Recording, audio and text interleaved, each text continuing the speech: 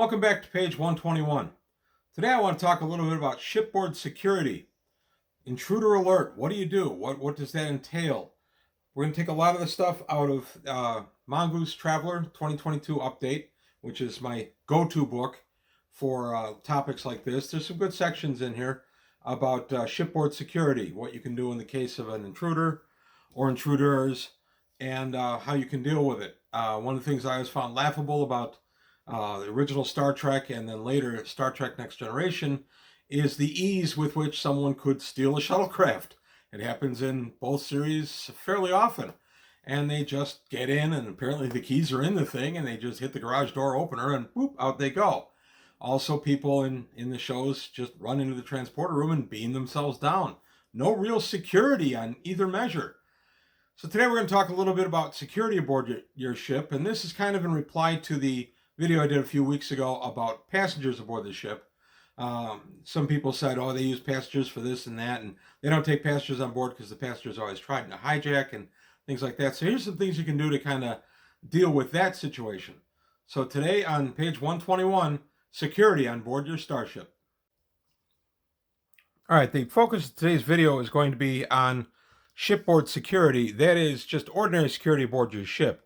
I'm not going to be dealing with pirate boardings or anything like that in this video, simply because it's not the scope of the video. I may do a video down the line dealing with pirates, or in the case of my players currently, being pirates.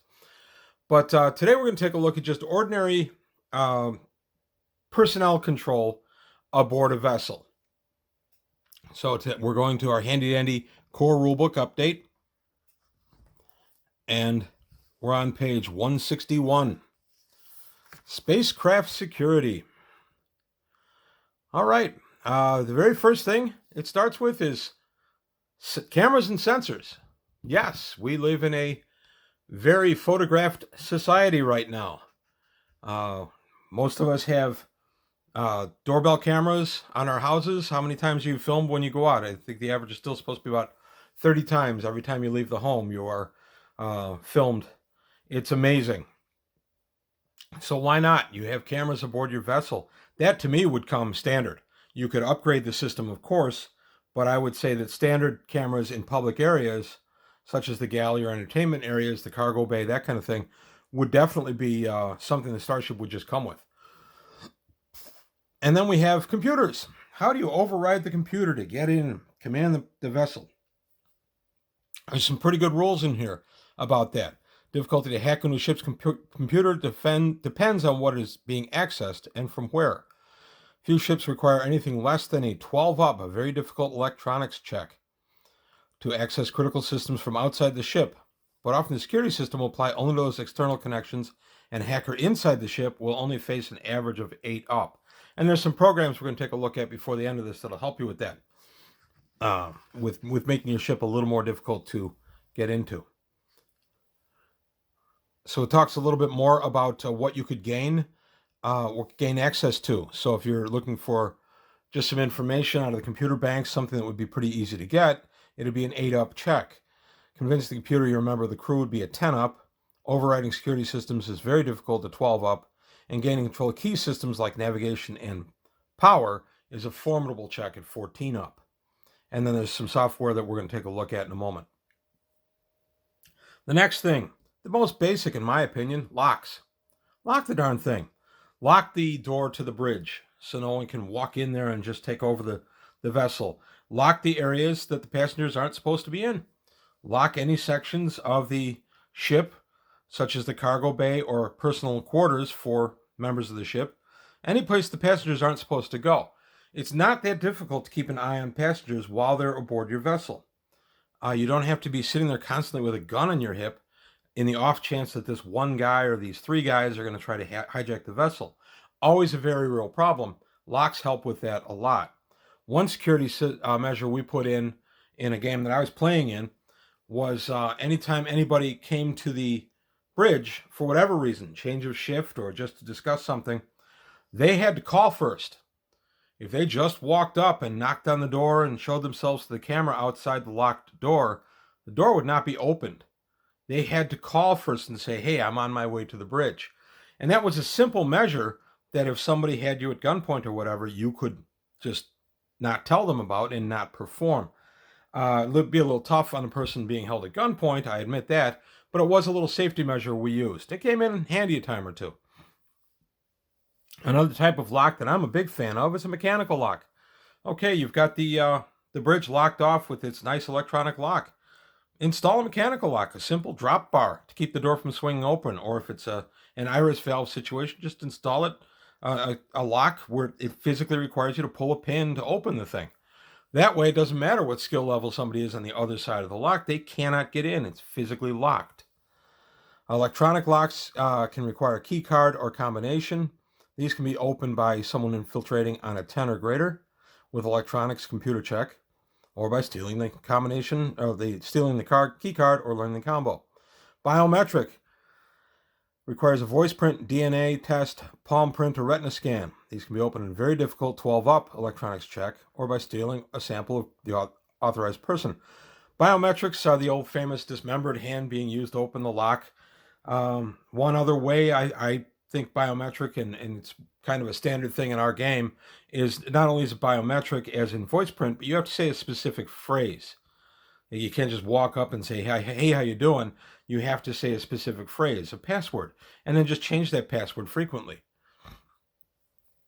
And then intelligent locks. Intelligent locks recognize authorized crew. These can be opened with a very difficult 12-up electronics check, or by hacking the ship's computer. We've already discussed that. Mechanical locks are the important ones because when you're in the ship and you're in your duty station on the bridge, you want that door locked. You don't want anybody to just override the computer and come on in.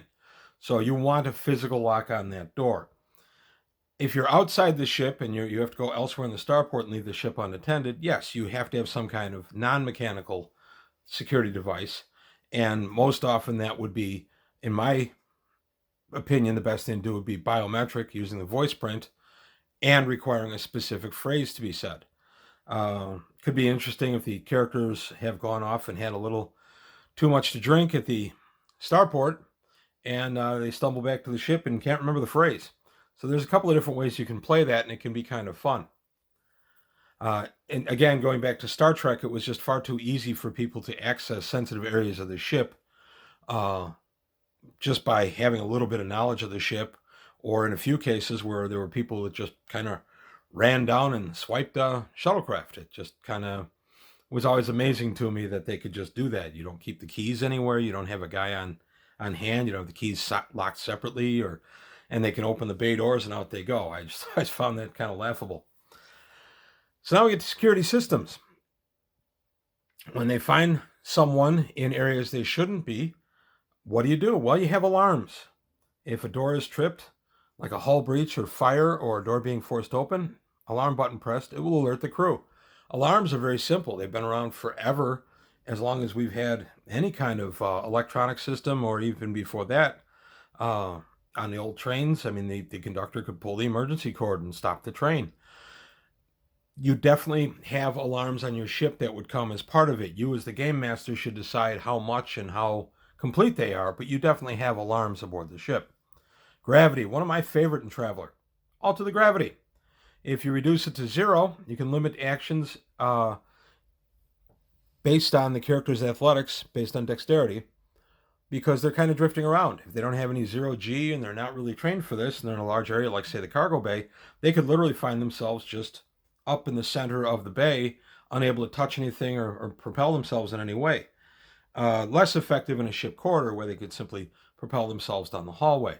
One of my personal favorites is increasing the gravity up to 3G, which is just pretty cool. So 3 gravities. So suddenly you walk in an area and wham, you're kissing the floor because it's gone from 1 gravity in 1 step to 3 gravities. That's going to knock anybody on their face.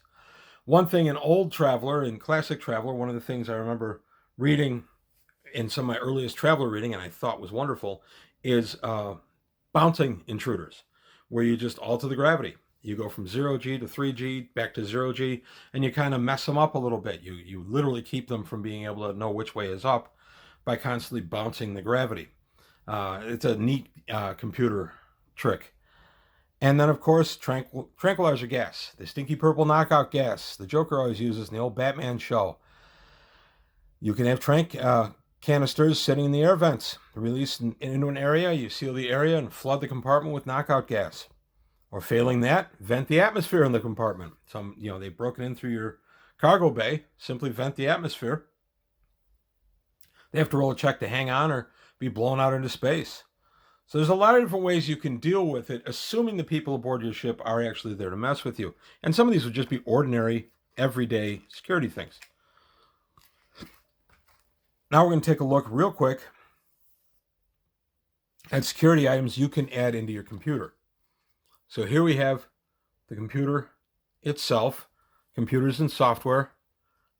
I want to do a video soon on computers and software in Traveler. I like this topic. But today we're going to take a look at security. Oops. I just saw it. Okay. So here we are. Intrusion. Zoom in on that a little bit. Whoops, too much. Okay. So we're actually going to be looking at the security program right now. So it takes 0 bandwidth at tech level 8. Tech level 10 is 1 bandwidth. Tech level 11 is 2, and tech level 12 is 3. Bandwidth is how many programs you can run at one time on your computer.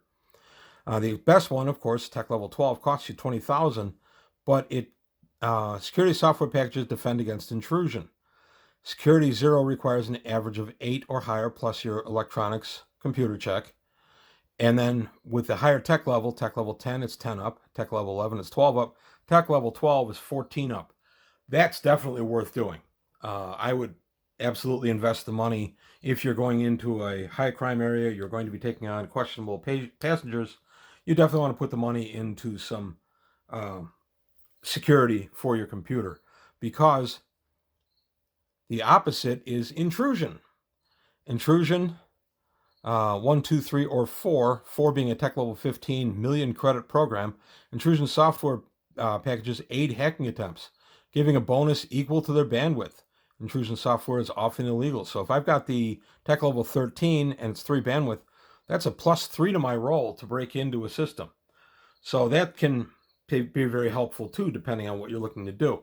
If I have a situation where someone's trying to override a system and I have a programmer at the terminal, I'll do actually opposed checks based on their computer skills and have them just oppose each other as to who can do what. And that can be kind of fun, because you can have the guy who's trying to protect the ship working against the guy who's trying to intrude on the ship, and you can oppose them, and it can be a fun little moment where the GM and the player are opposing each other in this task, and then of course the task is resolved. You see what happens. So that's basic computer safety, that's basic shipboard safety, and that speaks to my earlier video on passengers. I didn't mean that every passenger that comes aboard your ship is there to steal it. I, in that video, was more implying about how passengers can be interesting or possibly lead to other offshoot adventures that you hadn't planned on. Based on some of the comments, some people thought I was just talking about strictly the passengers that are there to hijack the ship. I've run that scenario, but frankly, that's become such a trope, I really don't use that much anymore. I'm not saying I won't, so if you ever play at my table, that might be part of it. It's just that I don't use it a ton anymore, simply because I've done it several times. I find it more interesting to just make the passengers interesting. Maybe somebody's on the run and you end up working with them, or you can turn them in and collect the reward. However you want to do it in your game. So that's really all I've got to say about shipboard security. Please leave any comments or critiques politely below. Also want to mention Jump Point. That is a thing. It's happening. I've just released a video with all the details on it, but it's going to be on Sunday, November 6th. Ames Plus in Mount Prospect, Illinois. They have a sign-up sheet on their Facebook page, and there's a link in the other video showing it. So if you can join us, and even if you want a GM, come on aboard. We could definitely use the people there. I'm hoping this will be just a huge event, and we'll be bursting at the seams. So, let's all try to make that come true. So that's all I've got to say today for page 121. Please like and subscribe. Always trying to grow the channel. And I'll see you next time. Thanks for watching.